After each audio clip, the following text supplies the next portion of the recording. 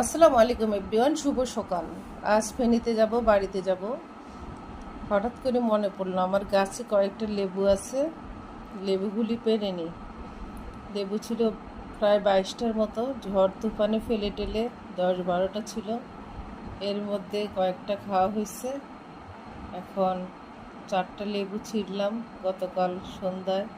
Liquor চা খাওয়ার জন্য একটা ছিঁড়লাম, আরও গাছের মধ্যে 2টা আছে, এগুলি সাইজ একটু ছোটো।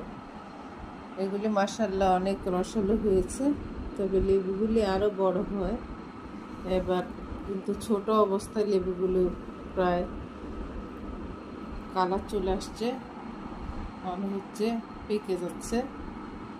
কিন্তু এত ছোট লেবু তো পাকে না, আরও বড় হয় সবসময়।